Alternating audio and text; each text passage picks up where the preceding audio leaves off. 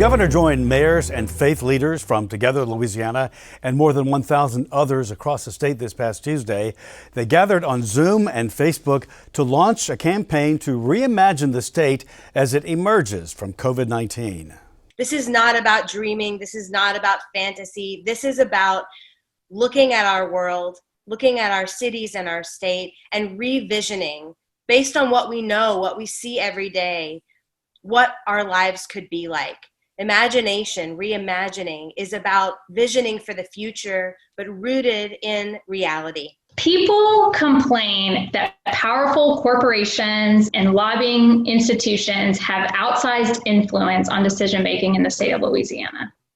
But the reality is that these institutions are just pursuing their interests. It becomes a problem when there's no balance, when the pursuit of their interests so dominates that it begins to harm the interests of the everyday Louisianan. So here is the premise of Together Louisiana and its member organizations, that there is great potential, maybe unparalleled potential, for citizens to affect public decision-making when we systematically bring these institutions together into relationships. What role do you see Together Louisiana playing, and what role would you challenge us to play to help make it possible for you to achieve far-reaching change in your second term? Finally, let me ask you, can we look forward to getting together more often, maybe quarterly, around these 10,000 questions?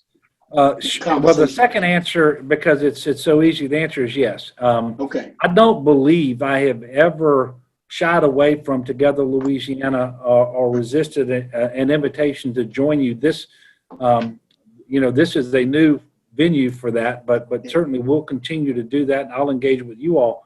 What I would ask Together Louisiana to do is to continue to put your faith, your love for our state and for one another and for everybody in Louisiana into action, so that we can have a better state, a stronger state, one that is fairer, one that is more equitable. Many of our people here who provided hospitality services to over 18 million visitors that will come to our city annually.